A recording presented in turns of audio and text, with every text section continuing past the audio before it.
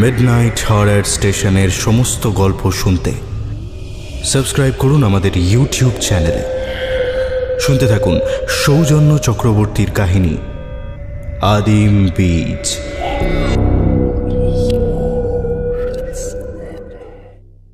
যা কিছু ভয়ঙ্কর এবং দুর্জয় তাই আমরা সরিয়ে ফেলতে চাই, লুকিয়ে ফেলতে চাই 6 হাত মাটির নিচে। কিন্তু আমরা হিসেব করে দেখি না যেটা মাটির তলায় লুকিয়ে ফেলছি সেটা একটা বীজও হতে পারে। সে আমাদের অজান্তেই বেড়ে উঠতে থাকে মাটির নিচে, তারপর এক সময় কোনো এক অন্ধকারের অছিলায় সে উঠে আসে মাটির ওপর, আরো ভয়ানক কোনো রূপ নিয়ে। ভেবে দেখুন, যে প্রকৃতি আমাদের ধারণ করে, আমাদের বেঁচে থাকার রসদ যোগায়, সে তার বুকের গভীরে যদি লুকিয়ে রাখে এমনই কোনো আতঙ্ক, তাহলে শুনতে থাকুন দেবযানী ঘোষ স্মৃতি গল্প প্রতিযোগিতা থেকে সৌজন্য চক্রবর্তীর গল্প আদিম বীজ।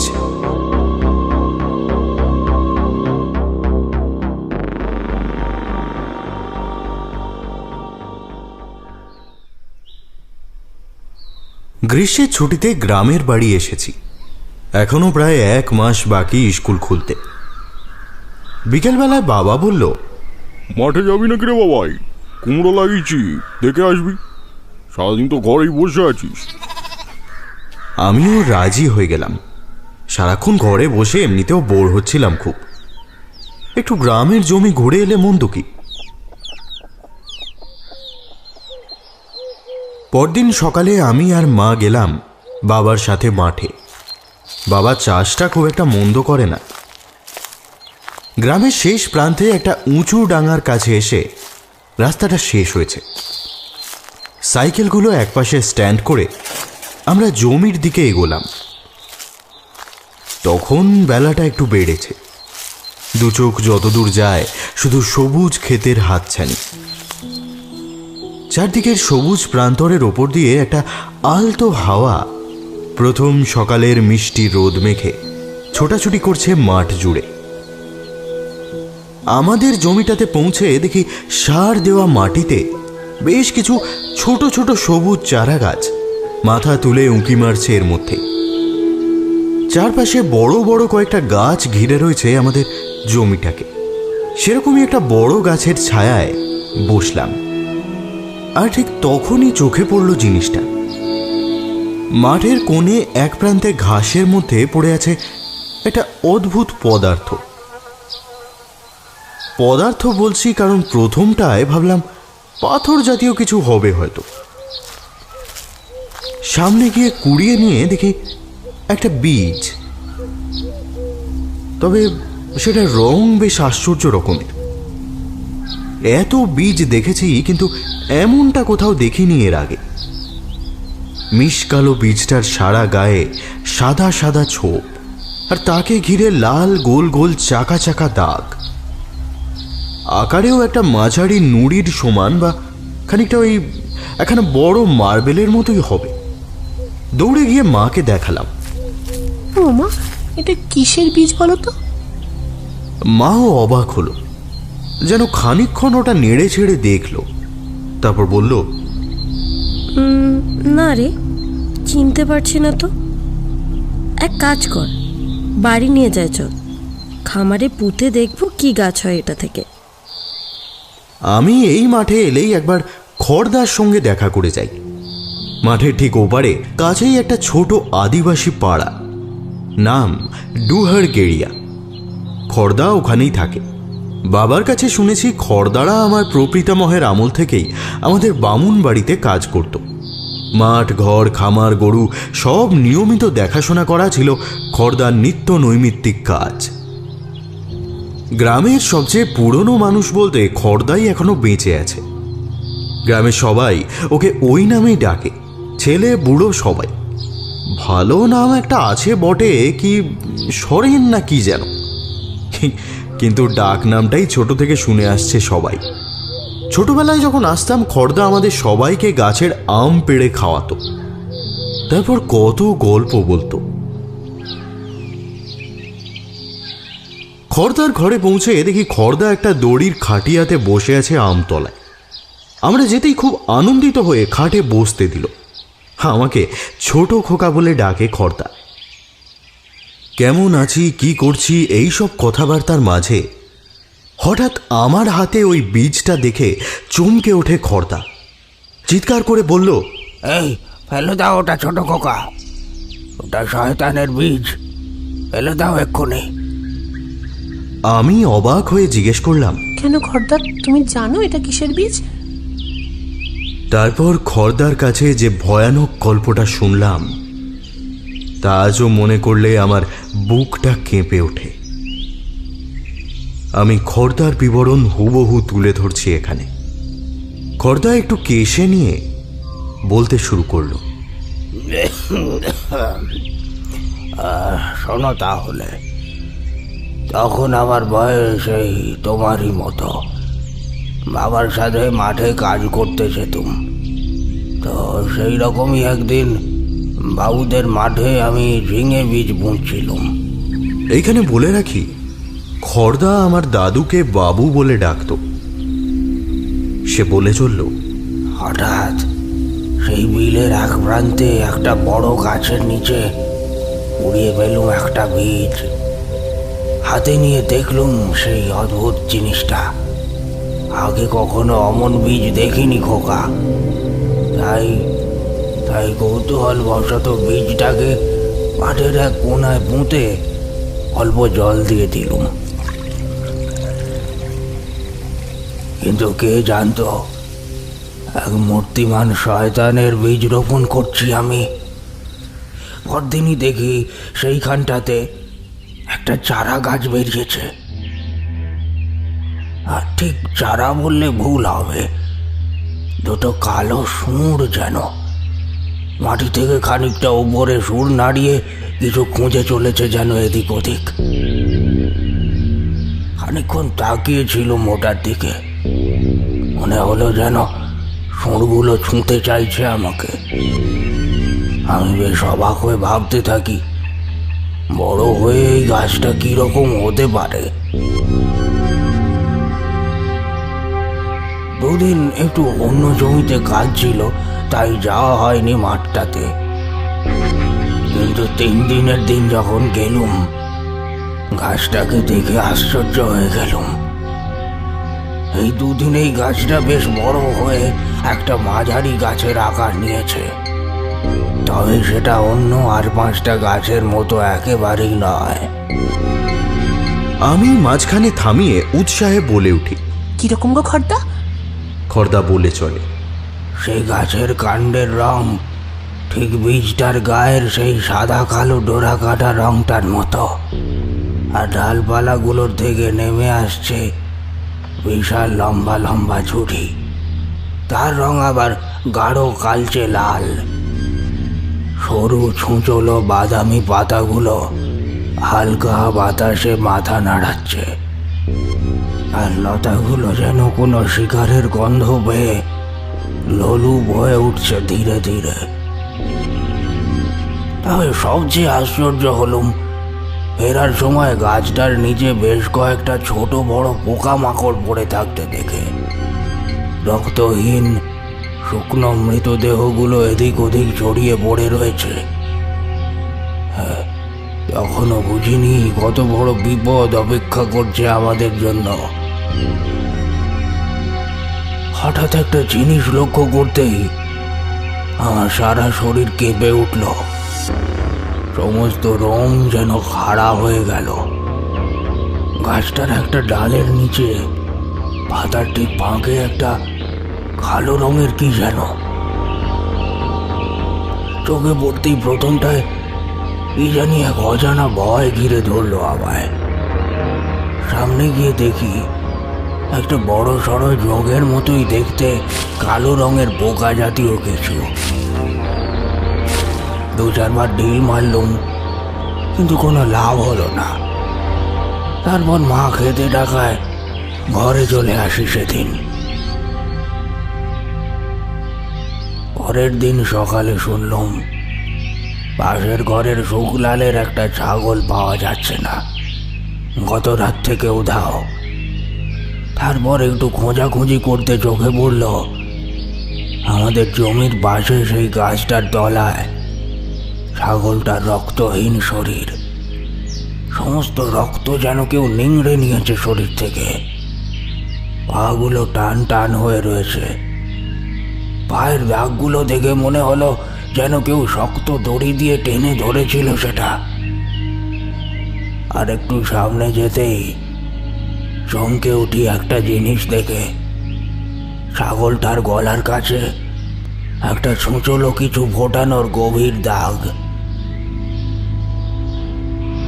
সবাই ভাবলো পাশের জঙ্গল থেকে কোনো জঙ্গলি পশু খেয়ে গেছে বোধহয়। আমার কিন্তু কেন জানি সন্দেহ হলো গাছটার উপর, যদিও কাউকে কিছু বললাম না এ ব্যাপারে। পরের দিন রঘুনাথের কাছে শুনলাম তাদের গোয়াল থেকে গরুর চিৎকার আসছিল গত রাত্রে। রঘুনাথ বলছিল, মনে হচ্ছিল যেন দড়ি ছিঁড়ে ছুটে যেতে চাইছে কোথাও। সারা রাত গরুগুলো চিৎকার করছে গোয়াল থেকে। গরুগুলোর হঠাৎ এইরকম আচরণ ঠিক আমারও বোধগম্য হলো না। সেদিন বিকেলে মাঠে গিয়ে দেখলুম গাছটা যেন নেতিয়ে পড়েছে। পাতার রং কেমন ফ্যাকাশে। রাতারাতি এরকম পরিবর্তন? কাল তো বেশ তাজা প্রাণবন্ত ছিল, কি হলো হঠাৎ? ভাবলুম প্রচণ্ড রোদের তাপে নেতিয়ে পড়েছে বোধহয়। তবে একটা জিনিস লক্ষ্য করলুম, গাছটা সাইজে আরো বেশ খানিকটা বেড়েছে। এই ঘটনার ঠিক একদিনের মধ্যেই রঘুনাথের একটা গরু রাতারাতি উধাও হয়ে যায়। এই নিয়ে পুরো পাড়া চিন্তিত। কে বা কারা এইসব করছে সেই নিয়ে আলোচনাও হচ্ছে। অবশেষে গরুটা পাওয়া গেল সেই গাছটার নিচে, একই রকম ভাবে মৃত অবস্থায়। পরের দিন সন্দেহ হতে আমি গাছটার কাছে গিয়ে গরুটার মৃতদেহটা খুঁজে পাই। রক্তশূন্য সাদা জিভটা বাইরে বেরিয়েছিল গরুটার। গলার কাছে একটা গভীর দাগ। শক্ত দড়ি দিয়ে জড়িয়ে ধরেছিল যেন কেউ, ঠিক আগের দিনের সেই ছাগলটার রক্তশূন্য দেহটার মতোই। গাছটা আজ একদম জীবন্ত মানুষের মতোই প্রাণোচ্ছল। আমার আর সন্দেহ রইল না যে ওই শয়তান গাছটারই কাজ এসব। খাবার পায়নি বলেই আগের দিন অমন ঝিমিয়েছিল শয়তানটা। সঙ্গে সঙ্গে দৌড়ে গিয়ে পাড়ার সবাইকে জানিয়ে দিই আমি সব ঘটনা। প্রথমে কেউ বিশ্বাস করতে চায়নি, কিন্তু পরে সবাই আমার কথা শুনে লাঠি, কুড়ুল, শাবল নিয়ে গাছটা কাটতে চলে আসে।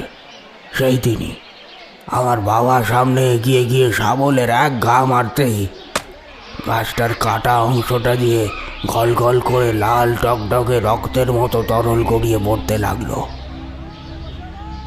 এই দেখে সবাই আমরা চমকে উঠি। ভয়ে বিস্ময়ে একটা শোরগোল পড়ে গেল সবার মধ্যে। আর ঠিক তখনই একটা শিকড়ের মতো লম্বা লতা পিছন থেকে বাবার গলাটা চেপে ধরে তুলে নিল ওপরে।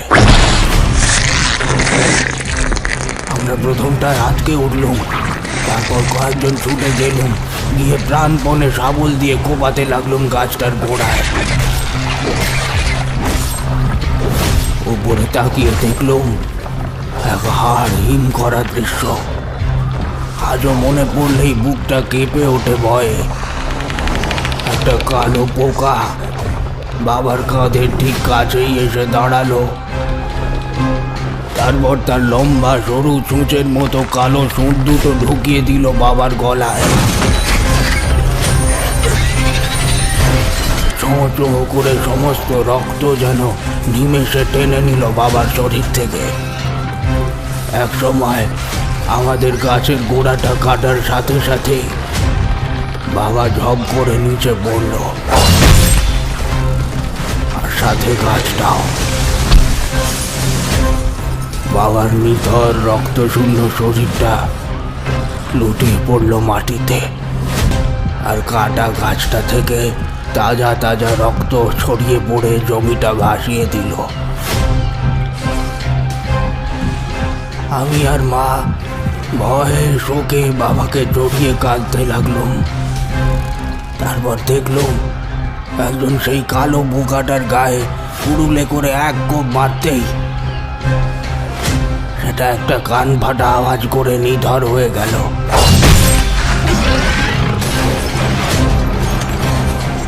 টাটকা লাল রক্তে ভিজে গেল কিছুটা মাটি, সাথে সাথেই একটা বিশ্রী গন্ধে ভরে উঠল চারদিক। মনে হচ্ছিল যেন একটা ঘোরের মধ্যে চলে যাচ্ছিলাম আমরা, গন্ধের তীব্র মাদকতায়। এতক্ষণ তাই খেয়াল করিনি গাছটার একটা ফল পড়ে তার থেকে কয়েকটা বীজ মাটিতে ছড়িয়ে পড়েছিল। সেগুলো সব কুড়িয়ে আগুনে পুড়িয়ে দিই সেখানেই।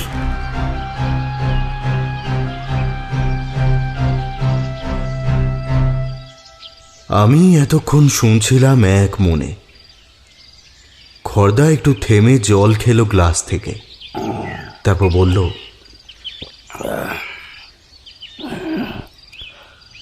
এইরকম কত আশ্চর্য জিনিস যে রয়েছে পৃথিবীতে, কেই বা জানে ছোট খোকা।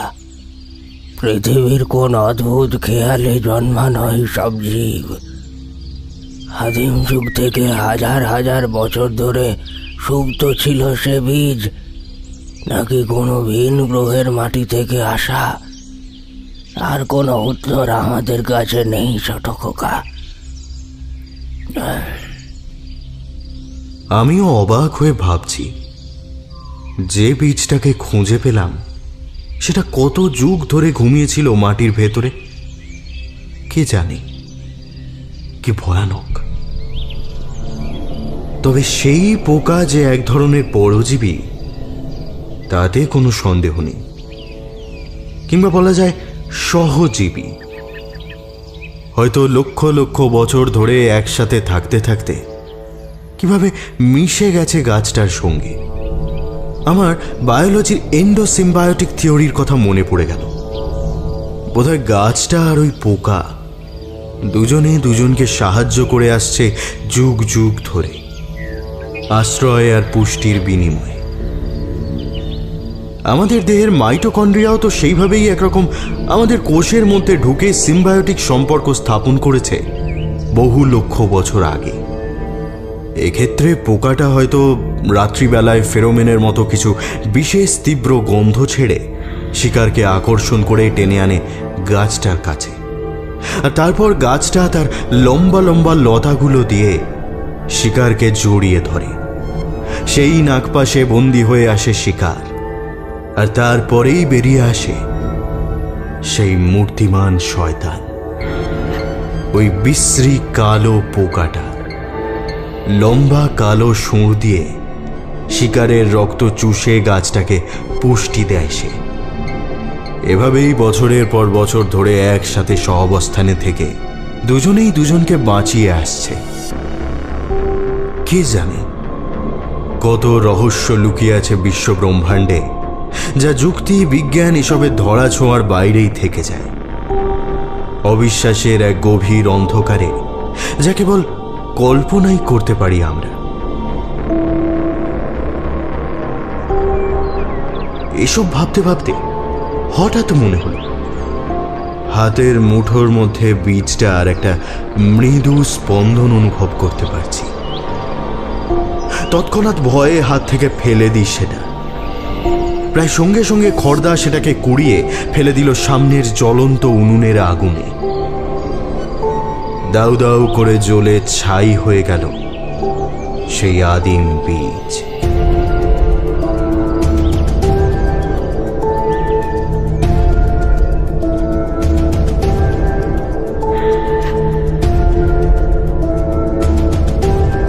দেখুন, আপনাকে গাছ লাগানো থেকে বিরত রাখা আমাদের গল্পের উদ্দেশ্য নয়। আমরা শুধু এটুকু বলতে চাই যে ঠিক কোন গাছের বীজ আপনি পুঁতছেন তা একবার জেনে নিন। আজ গল্প পাঠে আমার সঙ্গে ছিল তমাল, সমাপন, সায়নী ও রণদীপ। শব্দগ্রহণ ও আবহে আমি সায়ক, পোস্টার ডিজাইনিংয়ে কভারম্যান অভিব্রত। শুনছিলেন সৌজন্য চক্রবর্তীর কাহিনী আদিম বীজ। সবাই ভালো থাকবেন। শুভরাত্রি।